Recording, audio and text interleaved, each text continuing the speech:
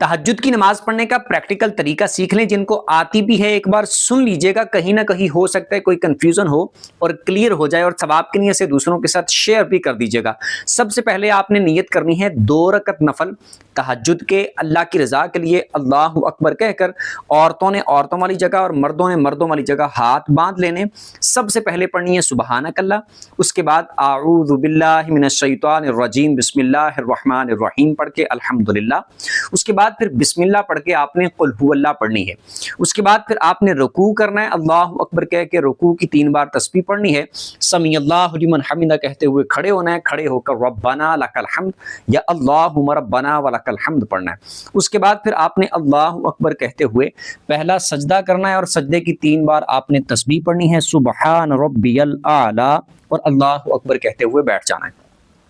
उसके बाद फिर अल्लाहु अकबर कहते हुए दूसरा सजदा करना है, सजदे की 3 बार तस्बीह पढ़नी है।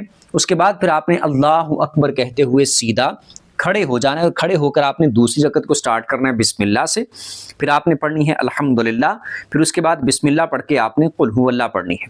फिर उसके बाद सेम उसी तरह आपने रुकू और सजदे करने पहली रकत की तरह। फिर आपने अत्तहियात पे बैठ जाना है, अत्तहियात पढ़नी है, दुरूद पढ़ना है, दुआ पढ़नी है, और सलाम फिर के आपने अपने 2 नफल पूरे कर लेने। कम अज कम 2 नफल पढ़ लेंगे तब भी तहज्जुद के नफल हो जाएंगे, तहज्जुद की नमाज हो जाएगी, और सवाब आपको उनका 2 नफलों का मिलेगा।